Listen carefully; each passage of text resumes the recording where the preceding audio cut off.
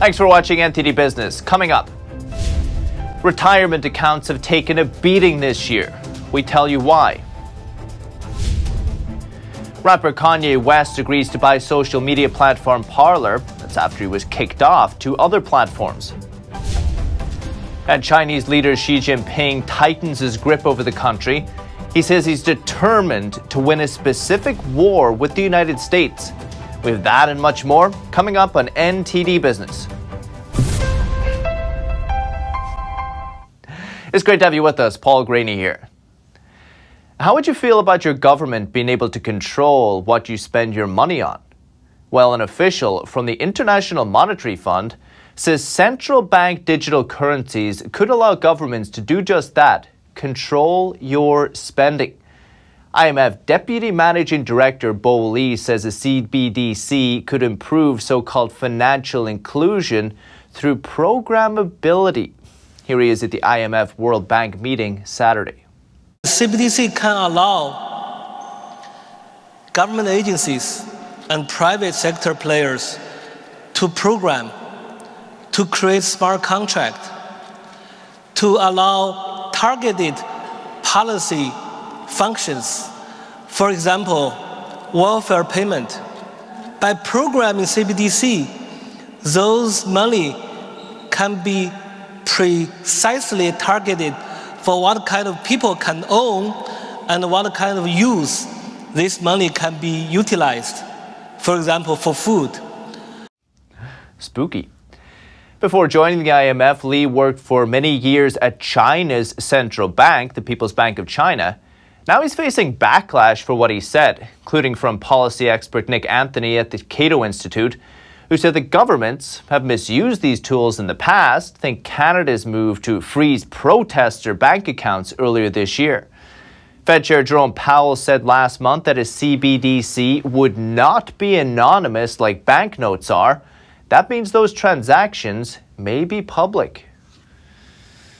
But on the bright side, Wall Street had a pretty good day today. Recoup some of your losses, maybe. The Dow Jones added 551 points, 1 9/10%. S&P 500 gained 95 points, 2 7/10%. And the Nasdaq rose 354 points, 3 4/10% today. But if you checked your retirement account lately, you might want to avoid doing that, according to economists at the Heritage Foundation. That's because the average American has lost tens of thousands of dollars in savings thanks to inflation and stock market losses.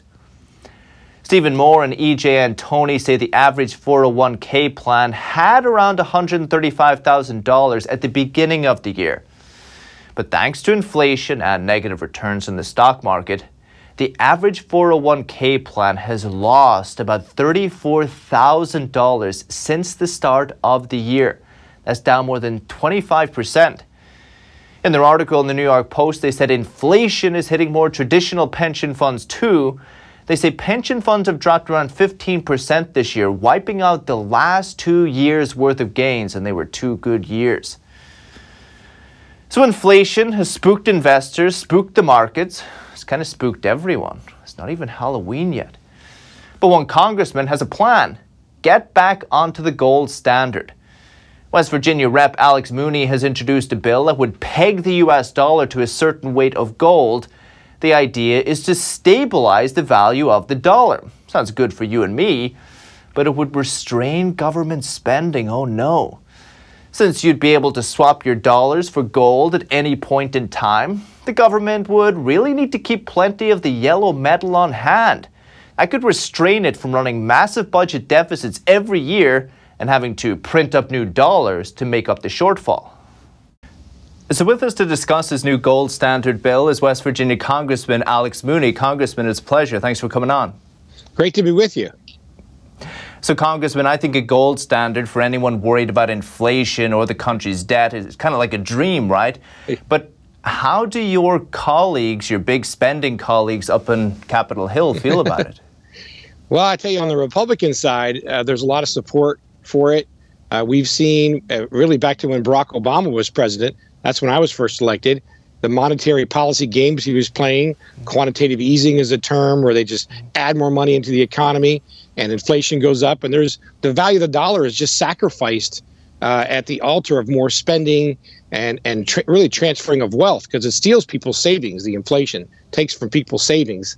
And so I really I wanted to make the point that the dollar is not tied to anything. There's no set value. The federal government can play games with it. If we had the gold standard, or frankly any other kind of standard to tie the dollar just to stabilize it, it'd be great for this country and more fair to all Americans. I think to your point on your bill, you mentioned that since the year 2000, the dollar has lost 30% of its value. That's incredible. Yeah. But Congressman, you've been in the House since 2015, okay? A lot of changes under President Trump. Fiscal responsibility, unfortunately, was not one of those changes. Why should voters think it will be any different this time? Well, I would say both parties, Republicans and Democrats, need to control spending. Our debt is $31 trillion. And I can tell you, as a member of Congress, I'm just not seeing the discipline to rein that in. And again, that's why forcing the Congress to act in a fiscally responsible manner by having a gold standard so you can't play the games with the dollar bill is a good idea. Frankly, a balanced budget amendment, I think, is very much needed at the federal level. So there are things we should do to restrict ourselves. And putting in the gold standard bill, I'm in good company. Jack Kemp put it in 1989. I'm the first member of Congress to put the bill in since Jack Kemp. Ronald Reagan supported the gold standard. Unfortunately, Richard Nixon, a Republican, took us off the gold standard. But all his predictions, the opposite occurred. He predicted more stability, controlling inflation, and the opposite occurred. It was a mistake to go off the standard. And now, of course, you see the rise of cryptocurrencies, frankly, as a result. I think we have the fiscal side, like you mentioned. I think politicians have some part to play in this for sure. The Federal Reserve, at the same time, it's interesting because the Fed's mission at the moment is to harm the jobs market, right? They want fewer people working. They want wages to come down. This is their fix for inflation. I think your bill, in fact, would actually reduce the number of people working at the Fed somehow, ironically.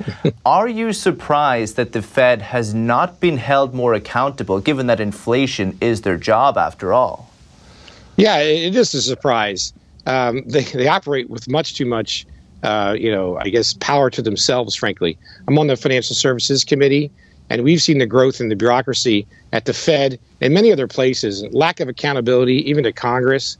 Many of these organizations just tweak the monetary policy in ways that few people can follow, and really isn't the way our country was designed to be stable and fair for all with their savings. So we need to regain control of that. Again, the gold standard is just one idea of many to stabilize our economy. Do you ever get the feeling in D.C. that between the federal government and the Fed, there's a kind of a you scratch our back, we'll scratch yours? Because I never hear the Fed criticizing fiscal spending, but I very rarely hear, Congress criticizing the Federal Reserve's actions. Yeah, there's a lot of back and forth like that. I mean, they still have to get appointed and confirmed, but the point is, I believe that the legislative branch, the House of Representatives specifically, it should be in control of the spending of this country. The U.S. Constitution is a beautiful thing, and it says that all spending and taxation must arrive in the House of Representatives. And to the extent that bureaucrats take that power and start playing fiscal games, whether it's the Fed or, frankly, the president himself deciding how to spend, it really destroys the foundation of our country, where the people's house, the U.S. House of Representatives, elected every 2 years, we got an election coming up next month, is reflective of the people's will. You start giving that to unelected bureaucrats, and you have these games and problems and no accountability. And that's not right. I don't care what party you are. That's not right for anybody. Well, Congressman, we'll be following your bill very, very closely. Have a great one. Congressman Alex Mooney from West Virginia. Thank you, sir. You're welcome. And Saudi Arabia's defense minister says he's shocked the Biden administration has accused his country of siding with Russia. Makes things between the U.S. and Saudi Arabia even more tense. As part of OPEC Plus and against President Biden's wishes, Saudi Arabia agreed to cut oil production. That could lead to higher inflation in America right before the midterm elections. If Republicans win enough seats in Congress, it'll be difficult for Biden to advance his agenda for the rest of his term. So Biden said that the Saudis would face punishment and that it's time to rethink U.S.-Saudi relations. The U.S. has partnered with Saudi Arabia for 8 decades. That relationship has even involved defense agreements. Now, what could happen if things turn sour? Right now, the majority of all oil transactions worldwide are done with the U.S. dollar, which benefits the U.S. immensely. It creates a massive amount of artificial demand for the dollar, which allows the U.S. government to comfortably print and spend far more than it otherwise could. Holding global reserve currency status is a key reason for American dominance and wealth. And the fact that the world's oil is mostly traded in dollars actually began with Saudi Arabia. It was after President Nixon took America off the gold standard, the U.S. dollar became the floating currency. But quickly afterward, his administration went to Saudi Arabia and negotiated a deal.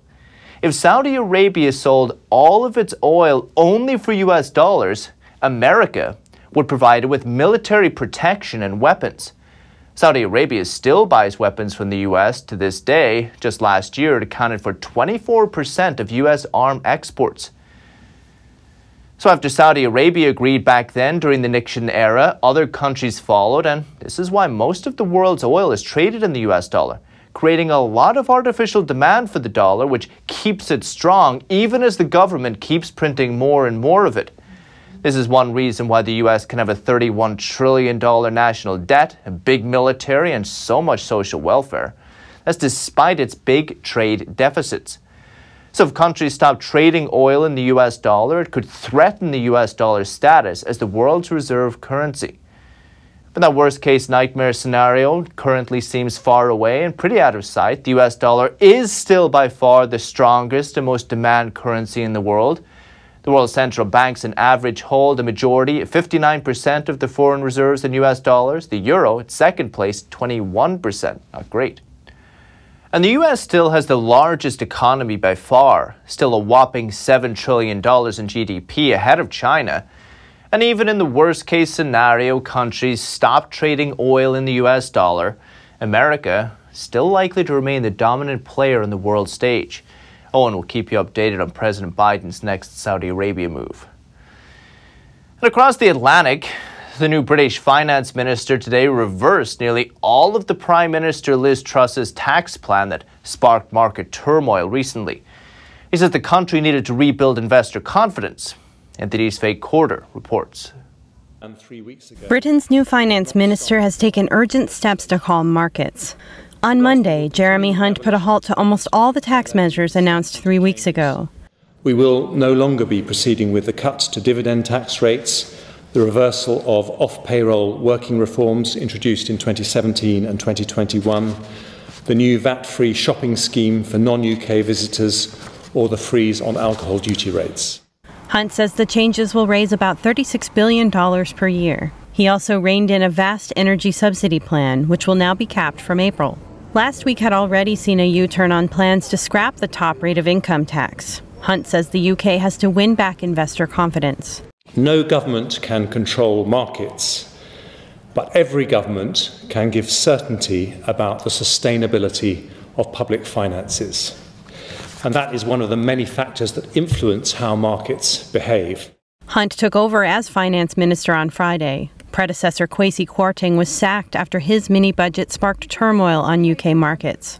Investors feared plans to slash taxes and increase borrowing would leave a huge hole in public finances. The turmoil has left Prime Minister Liz Truss clinging to office barely more than a month after she took the top job. Critics say the near-total reversal of her plans leaves her credibility in tatters. Michael Hewson is chief market analyst at CMC Markets. I mean, it completely undermines her entire leadership platform. Jeremy Hunt has essentially taken up the mini budget and basically ripped it to shreds, apart from 2 measures which were already in place. Hunt's full plans are now due to be published at the end of the month. And in U.S.-China competition, it seems like Xi Jinping is determined to win the U.S.-China tech war. During a party Congress speech on Sunday, Xi vowed to, quote, resolutely win the battle in key core technologies. accelerate the achievement of a high level of scientific and technological self-sufficiency and self-improvement, gather forces to carry out original and leading scientific and technological research, and resolutely win the battle of key core technologies. His remarks come after a number of recent U.S. tech curbs on China and could indicate how China plans to deal with the restrictions.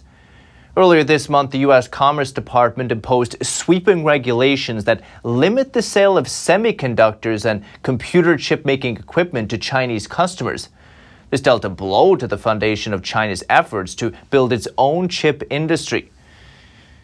In the U.S.-China tech war, Beijing is actually beating the United States in many ways.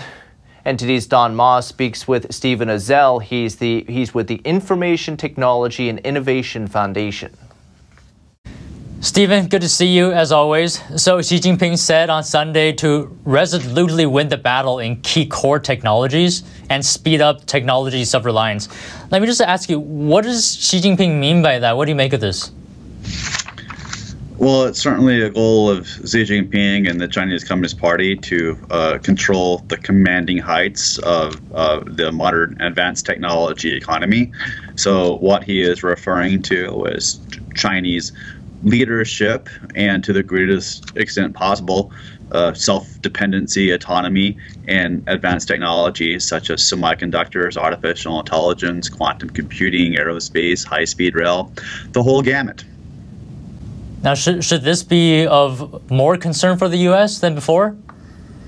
Well, I think the important thing for viewers to understand is that this in no way represents any kind of policy change. They may be now elevating that dynamic in their policy discourse. It is no way a fundamental policy change to what we've seen for the past decade from the CCP.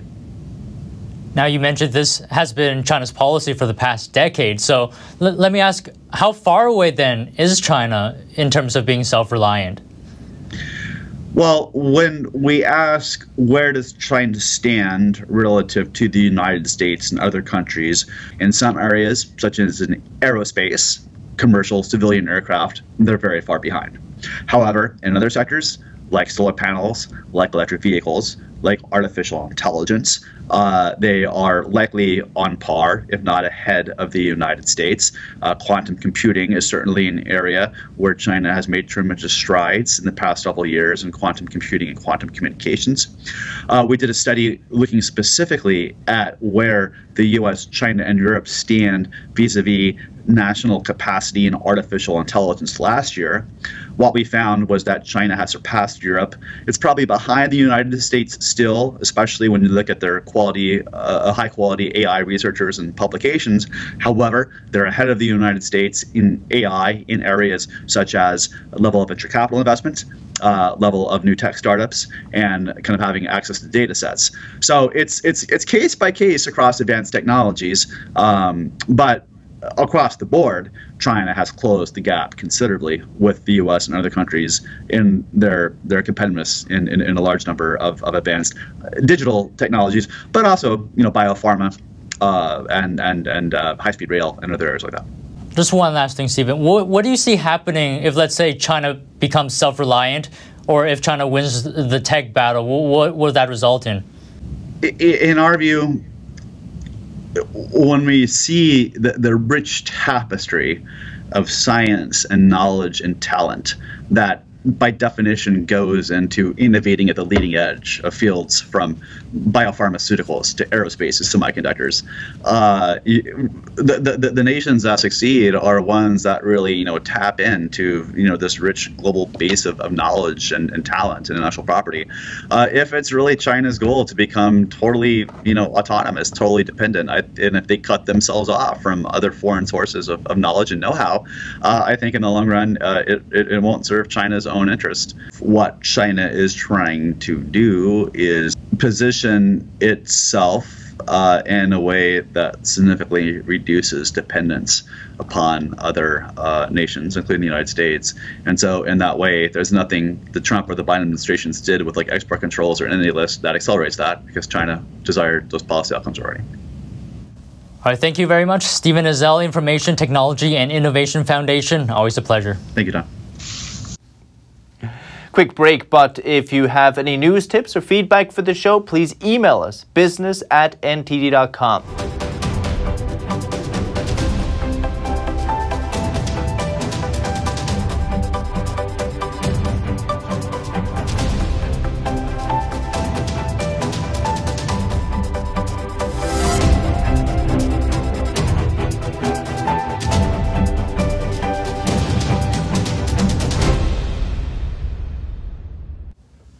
Welcome back. The rapper Ye, formerly known as Kanye West, plans to buy the free speech platform Parler. Comes after recent controversial comments have gotten him banned from multiple other social media apps. NTD Sean Marshall has more. Rapper Ye, formerly known as Kanye West, is buying social media platform Parler. That's according to the company's official blog. Ye had this to say about social media in a recent interview with Tucker Carlson. There's a group mob. It's like liberal Nazis that will go up and attack you. Parler is keeping quiet about the cost of the deal. I spoke with the CEO of a social media platform for opinions, Jonathan Brodsky of YouNow. So hopefully he didn't buy a whole app just so he never has to be deplatformed. But he's buying a service that has pretty limited downloads. It competes with Twitter. It competes with Truth Social. It competes with a wide variety of other sites like TikTok and my own YouNow. Whether or not they can really compete hinges on what he's going to invest in it and what his actual vision is. The move comes after Ye was locked out of his Twitter and Instagram accounts for making anti-Semitic remarks. The CEO of Parliament Technologies, George Farmer, told Fox Business that Ye said it was a mistake. Brodsky gave his opinion on Ye's recent bans for speech violations. If Kanye had said what he said on Twitter live on YouNow, we would have issued a ban as well. It would fall under our hate speech category. So I welcome him to do this. I just hope he's really welcoming of everybody out there. The Parler announcement included this quote from Ye about free speech. In a world where conservative opinions are considered to be controversial, we have to make sure we have the right to freely express ourselves. Sean Marshall, NTD News. And a special provision in workers' employment contracts called Training Repayment Agreement Provisions, or TRAPs, are drawing scrutiny from U.S. regulators and lawmakers. TRAPs have been around since the late 1980s. They've been primarily used for high-wage positions in which workers receive valuable training. The International Brotherhood of Teamsters says that training repayment demands are particularly egregious in commercial trucking. TRAPs have also had a large impact on nurses. National Nurses United found that 34% of the nurses they surveyed were required to complete training programs. Almost 20% were required to pay employers for the cost of the training, as if they left their jobs before a certain time. Many nurses said they were not told about the training repayment requirement before beginning work. Consumer Financial Protection Bureau has begun reviewing the practice. The retail giant announced that it's selling over-the-counter hearing aids for the first time in the company's history. And the devices can be purchased without a doctor's exam or a prescription. Going to be cheap. This comes in the aftermath of the Food and Drug Administration's new rules regarding hearing aids. The FDA says their policy will make hearing aids more accessible to the general public. Officials say they'll be available to U.S. shoppers who are at least 18 years old with perceived audio issues.